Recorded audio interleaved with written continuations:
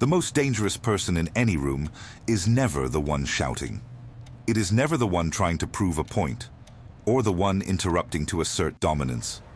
The most dangerous person is the one who listens, watches, and waits. We live in a world that is terrified of silence. From the moment we wake up, we are bombarded with noise, notifications, traffic, music, endless conversations. We are conditioned to believe that silence is awkward, that it is a void that must be filled. But for the strategist, silence is not empty. It is a weapon. Imagine a high-stakes negotiation taking place in a glass-walled office in Manhattan. On one side of the table sits a team of 3 executives. They are loud. They are aggressive. They have prepared charts, data, and threats. They are ready to crush their opponent. On the other side sits a single man.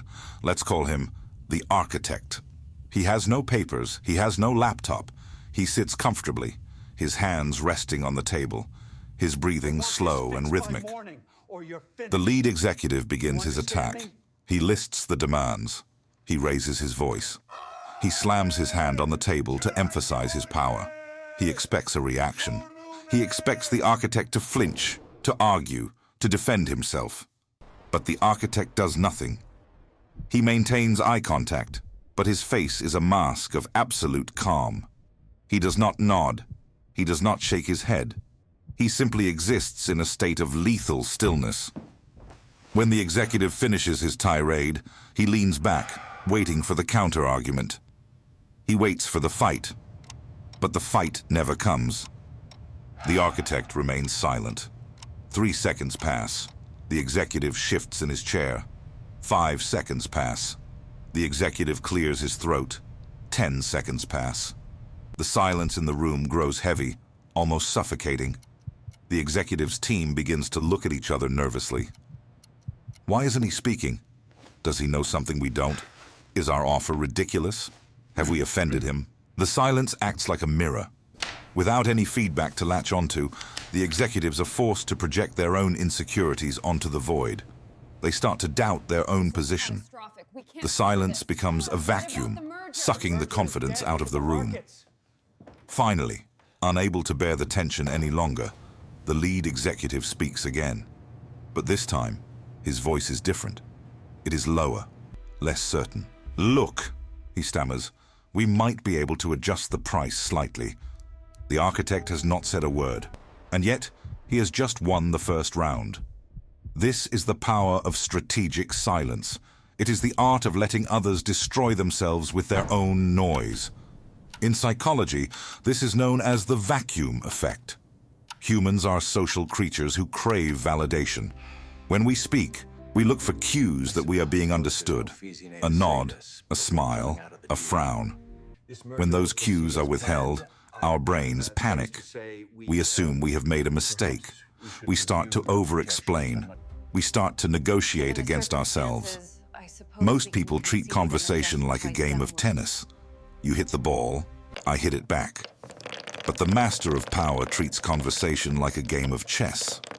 Sometimes, the best move is to let the clock run. By withholding your reaction, you force your opponent to reveal more than they intended. You force them to fill the silence with information, with concessions, with truth.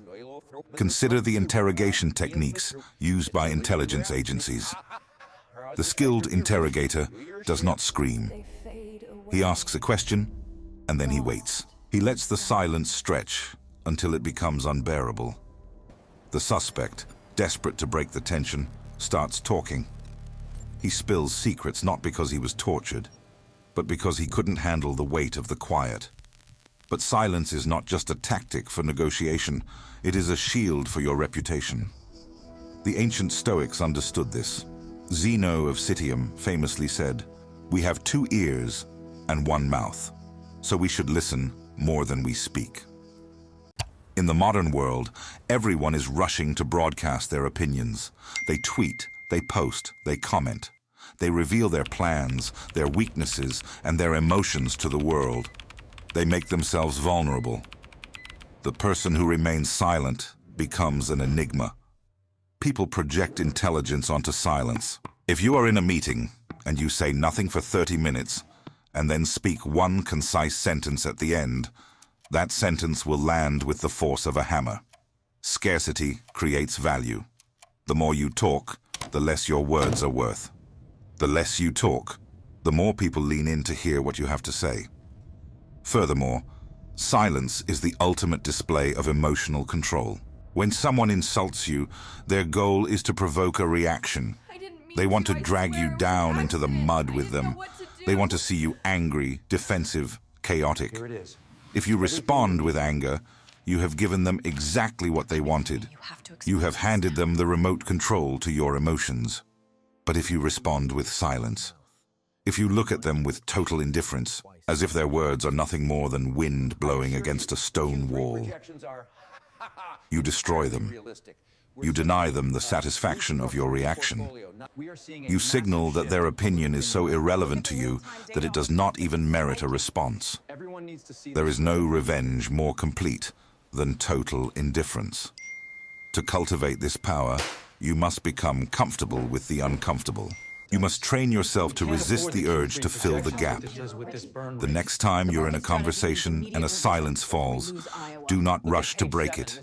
Observe it. Watch what the other person does. Watch them fidget. Watch them reveal themselves.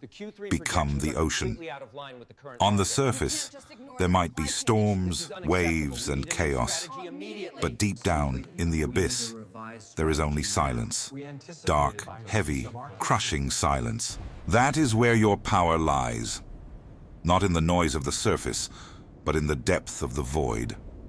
Speak only when it improves upon the silence. Until then, let them wonder. Let them guess. Let them fear the things you are not saying.